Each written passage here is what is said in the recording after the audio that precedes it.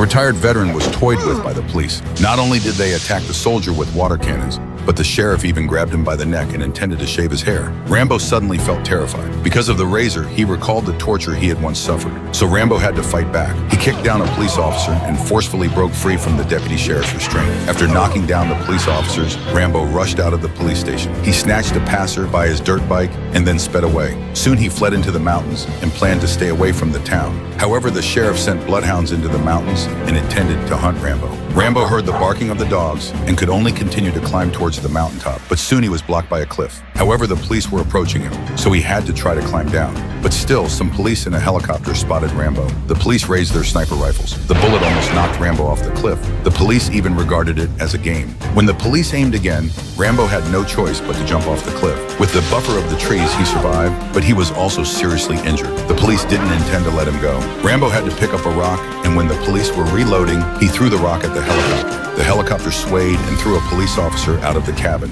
He fell to his death. Rambo could only pick up the dead police officer's equipment first. At this time, the sheriff also led his team to the edge of the cliff. Rambo didn't run away. Instead, he actively sought peace with the sheriff. He didn't want anyone else to get hurt, but the sheriff just shot at him. Rambo had to flee. A young police officer suggested letting Rambo go. The sheriff was very angry. He dragged the young officer in front of the dead body. He swore that he must kill Rambo. Little did he know that Rambo also intended to return the humiliation to him. Rambo lurked beside the mountain road. He seized the opportunity to jump onto a vehicle and took control of the driver. He pushed the driver out of the vehicle and hijacked it. He drove the vehicle back to the town and then rammed it into a gas station. Then he set it on fire, causing an explosion and attracting all the innocent police officers to put out the fire. Then Rambo came outside the police station. He shot and damaged the transformer. The area around the police station was plunged into darkness. Then Rambo picked up a machine gun and opened fire on the police station. The inside of the police station was severely damaged. The sheriff could only cower fearfully in a corner until the gunshots stopped. The sheriff chose to lie in ambush on the rooftop. However, Rambo just shot at the ceiling. The sheriff was hit by several bullets and fell. He smashed through the skylight. After dealing with the main culprit, Rambo surrendered himself voluntarily and ended this conflict.